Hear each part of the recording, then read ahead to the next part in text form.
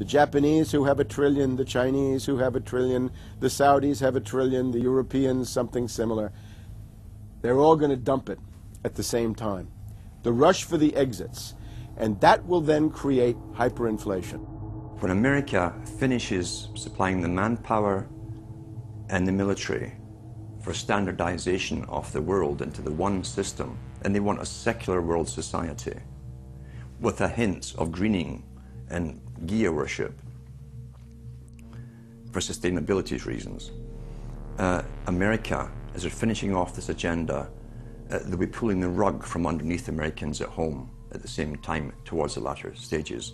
When the dollar starts to slide, and this was always the nightmare of Paul Adolph Volcker, who is now sitting in the Obama White House, once the dollar starts to go, there's nothing to stop it. There's no useful way that you can stop it once it begins to gather momentum. So I think we're facing the probability of some form of dollar panic combined with hyperinflation sometime during the Obama presidency. They're now pulling the rug away from under the feet of the people.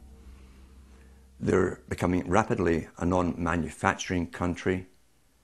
Any country that can't manufacture its own goods, even for self-defense, therefore is no longer sovereign, independent, and able to sustain itself, which tells you that this is all part of the plan.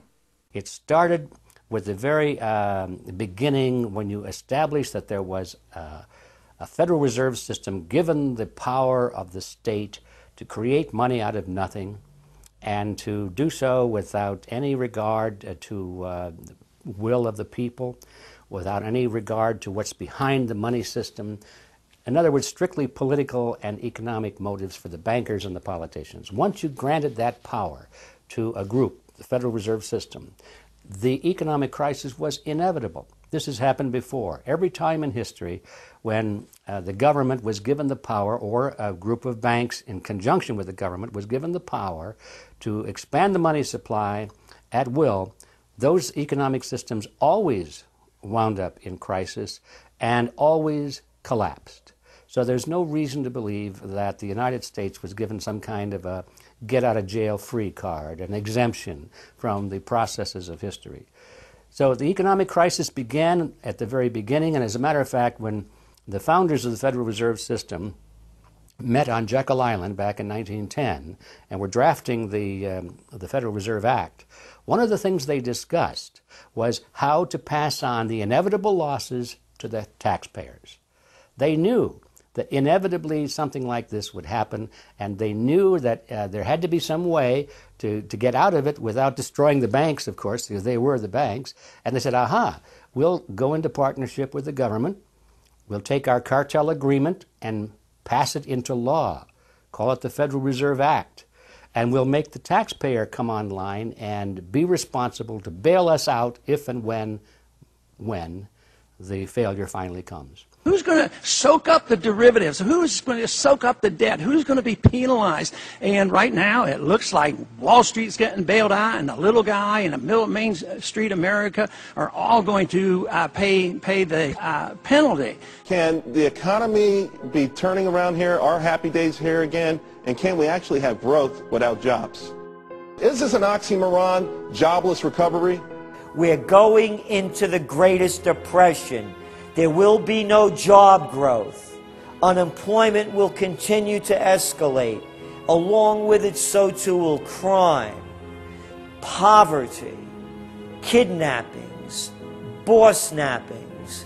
And the more things spin out of control, the harder the hammer is going to come down by the federal government to keep everyone in control. Power is much, much more important to them than money is. Money is only a way to the means. Power is the end result. The elite's main goal is to destroy national sovereignty and individual independence. To consolidate their grip on power, the banksters create artificial debt bubbles that are mathematically impossible to pay back. These are those sinister, toxic assets, the complex financial instruments that they talk about but never really name. They're paper based on paper. They're credit default swaps, collateralized debt obligations, mortgage-backed securities, asset-backed securities, structured investment vehicles, auction rate securities, and so on down the line. It's an immense mass of cancerous, fictitious, speculative paper, bloated in value, impossible to bail out. Triage the derivatives on their books. There's no way to bail out a $1.5 quadrillion black hole of derivatives, but nevertheless they tried. The Wall Street cronies are crooks. If you leave the vault to the bank open, these people are going to help themselves. The job of the government is to make sure there's somebody there to make sure the vault is closed, and very few people have the combination.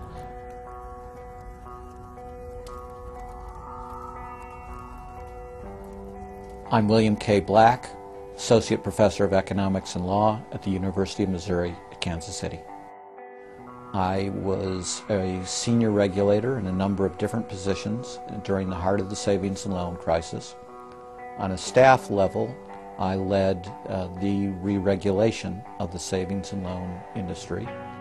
The purpose of regulation and effective criminal prosecution is to make sure that cheaters don't prosper, that honest manufacturers win in competition.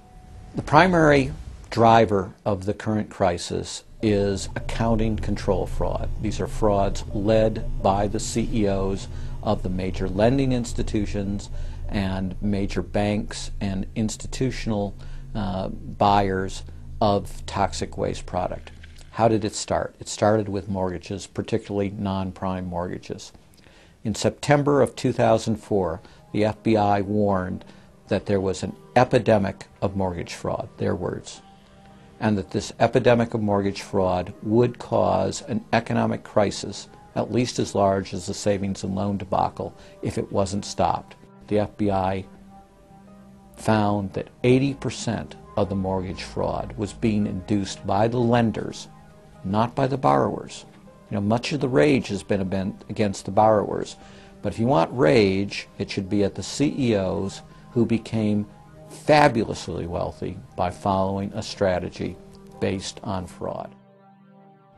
The Wall Street people and their friends here at the Federal Reserve and at the U.S. Treasury and down the Washington Mall here at the U.S. Capitol. That's where the damage was done, and if people want to vent their anger, they need to vent it against these people.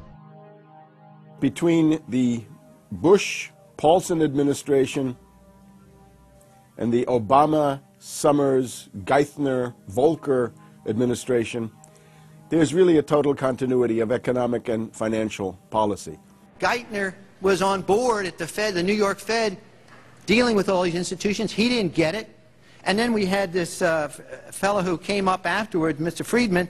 He was on the Goldman Sachs board, and he didn't last too long as the Fed chairman. Why? Because he had a conflict of interest. Is it possible that there's so much conflict of interest here that all you folks don't even realize that you're helping people that you're associated with, and you should be recusing yourself for America's ethics? I behaved with the... You don't think you should have recused yourself when you asked Lehman to go in bankruptcy, you didn't put Bear Stearns in bankruptcy, and then you folded Merrill Lynch into... I mean, isn't there some point where you got to say, hey, I got a conflict of interest here? You don't feel any kind of scintilla of ethics on this thing at all? Totally. I operated very consistently within the ethic guidelines I had as Secretary of the Treasury, and when it became clear that we had some very significant issues with Goldman Sachs and with why didn't you recuse yourself with Morgan Stanley, what I did then, it would have been very wrong for me to recuse myself. What I did was I went and got a waiver from the ethics agreement, because when we had concerns... Who is in charge of the ethics agreement? What? Who's in charge of the ethics agreement that you got a waiver? We have a Office of Ethics at Treasury, and we have a White House ethics office. So you got it from the legal counsel from the White House? We got it from the Government Ethics Office. So we had Snow, we had Paulson, now we have Geithner. All these people cut from the same bowl of cloth. These are not independent Treasury secretaries. They're part of the problem, not part of any solution. And it would have been nice to see President Obama effect some change in Treasury, but of course, he went and got a Wall Street insider as his Treasury Secretary. Everything that's speculative, parasitical, cancerous, bloated from all these administrations, going back to Carter and even beyond, comes together in the Obama administration. With Volcker, with Summers, who's part of the economic crimes under Clinton, the guy who brought you derivatives and the abolition of the Glass-Steagall firewall. You could not have gotten a more perfect setup for a takeover from a previous government, the Bush regime, than the Obama regime. Now, there are some authors out there already saying that it's the same bunch, and it's true. It's the same bankers who put the same boys forward. Obama, far from helping the public and giving them something new or giving them more power and say over their own affairs,